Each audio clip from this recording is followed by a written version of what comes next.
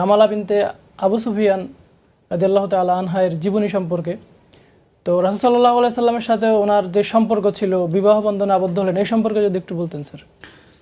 জি, রাসূলুল্লাহ সাল্লাল্লাহু আলাইহি ওয়াসাল্লাম তাকে বিবাহের জন্য প্রস্তাব পাঠান তিনি হাবশাতে থাকা অবস্থায়, ইথিওপিয়াতে থাকা অবস্থায়। তো সেখানকার যে বাদশা ছিল, বাদশা নাজ্জাশী, তিনি ইতিমধ্যে মুসলমান হয়েছিলেন। আল্লাহ রসুল সাল্লাল্লাহু আলাইহি ওয়াসাল্লামের প্রস্তাব তিনি পেয়ে পুরো বিবাহের অ্যারেঞ্জমেন্টটা তিনি করে দেন এবং 400 দিনার তার পক্ষ থেকে তিনি রাসূলুল্লাহ সাল্লাল্লাহু আলাইহি ওয়াসাল্লামের মোহর হিসাবে উম্মু হাবিবা রাদিয়াল্লাহু তাআলা আনহাকে আদায় করে দেন। এবং তৎকালীন জামানায় 400 দিনার কিন্তু অনেক দাম ছিল এবং কোনো কোনো বর্ণনা আছে এটা হলো 4000 দিরহাম। 4000 দিরহাম মানে হচ্ছে আসলে তৎকালীন জামানায় এক দিনারের অনুপাত ছিল 10 দিরহাম। রৌপ্য মুদ্রা অনুযায়ী 10টা রৌপ্য মুদ্রা একটা স্বর্ণ মুদ্রা সমপরিমাণ হয়। তো 400 দিনার মানে 400 স্বর্ণ মুদ্রা ছিল। সেটাকে অনেকে আধুনিক আজকের বাজার মূল্য অনুযায়ী প্রায় এটা 80 থেকে 90 লক্ষ বাংলাদেশি মুদ্রা এরকম পরিমাণের একজন মহিলাকে রাসূলুল্লাহ সাল্লাল্লাহু আলাইহি ওয়াসাল্লাম মোহর হিসেবে দেন। এবং ইমাম জাহাবী রাহিমাহুল্লাহ বর্ণনা করেছেন যে রাসূলুল্লাহ সাল্লাল্লাহু আলাইহি ওয়াসাল্লামের স্ত্রীদের মধ্যে সবচেয়ে বেশি মোহর কিন্তু উম্মু হাবিবা রাদিয়াল্লাহু তাআলা আনহা গ্রহণ করেন। তো বাদশা নাজ্জাশী পুরো ব্যবস্থাপনা করে দিয়ে তিনি সুরাবিল নামক একজন ব্যক্তি, তার রাষ্ট্রীয় ব্যবস্থাপনায় তিনি তাকে মদিনায় পাঠিয়ে দেন। রাসূলুল্লাহ সাল্লাল্লাহু আলাইহি ওয়াসাল্লাম তাকে স্ত্রী হিসেবে গ্রহণ করেন এবং রাসূলুল্লাহ সাল্লাল্লাহু আলাইহি ওয়াসাল্লামের সাথে তার এত হৃদ্যতা ছিল যে একদিকে রাসূলুল্লাহ সাল্লাল্লাহু আলাইহি ওয়াসাল্লাম তার স্বামী, তিনি মুসলিম, অথচ তার বাবা আবু সুফিয়ান তখনও কিন্তু ইসলামের বিপক্ষে এবং তিনি তখনও ইসলাম গ্রহণ করেননি। হিজরতের 6ষ্ঠ বছরে উম্মু হাবিবা রাদিয়াল্লাহু তাআলার সাথে রাসূলুল্লাহ সাল্লাল্লাহু আলাইহি ওয়াসাল্লামের বিবাহ হয়। এরপরে হুদায়বিয়ার সন্ধি হয় এবং মক্কা বিজয়ের প্রাক্কালে 8ম হিজরিতে আরও 2 বছর পরে গিয়ে আবু সুফিয়ান তথা উম্মু হাবিবা রাদিয়াল্লাহু তাআলার পিতা মুসলমান হন এবং ইতিমধ্যে হুদায়বিয়ার সন্ধি যখন ভেঙে যাওয়ার উপক্রম হয়, তো আবু সুফিয়ান তখন এটাকে রিকভারি করার জন্য, হুদায়বিয়ার সন্ধিটাকে পুনর্বহাল করার জন্য মদিনায় আগমন করেন।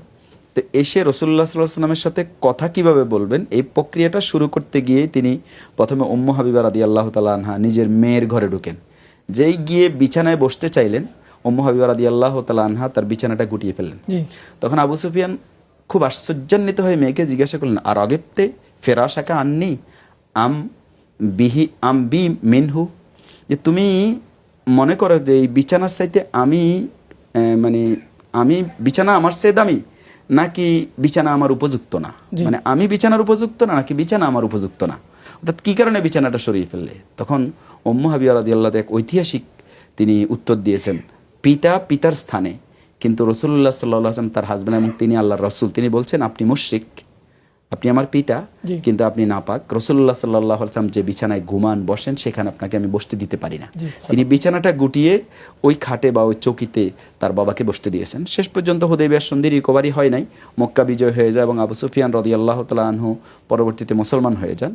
মূলত রাসূলুল্লাহ সাল্লাল্লাহু আলাইহি ওয়াসাল্লামের এখানে বৈবাহিক উদ্দেশ্যের একটা ঐতিহাসিক পর্যালোচনার যেটা পাওয়া যায় যে তিনি আবু সুফিয়ান ইসলাম গ্রহণ করুক, মক্কার লিডাররা, তার অপোজিশনের লিডাররা, এটা তিনি চাইতেন। তো ফলে উম্মু হাবিবা রাদিয়াল্লাহু তাআলা আনহাকে বৈবাহিক সম্পর্কের ভিত্তিতে তিনি আবু সুফিয়ানের সাথে এক ধরনের সম্পর্ক বা আত্মীয়তা তৈরি করে তাকে ইসলামের প্রতি আগ্রহী করে তুলতে চেয়েছিলেন। এই জন্য রাসূলুল্লাহ সাল্লাল্লাহু আলাইহি ওয়াসাল্লামের একাধিক বিবাহের এটা একটি ভিন্ন পর্যালোচনা, যে এগুলোর ভিন্ন ভিন্ন উদ্দেশ্য ছিল। রাসূলুল্লাহ সাল্লাল্লাহু আলাইহি ওয়াসাল্লাম উম্মু হাবিবা রাদিয়াল্লাহু তাআলা আনহাকে বিয়ে করার ঐতিহাসিক উদ্দেশ্য বর্ণনা করতে গিয়ে ঐতিহাসিকগণ যেটা বলেছেন যে এটা আবু সুফিয়ান রাদিয়াল্লাহু তাআলা আনহুকে ইসলামের প্রতি আকৃষ্ট করা ওইখানে একটা গুরুত্বপূর্ণ বিষয় ছিল।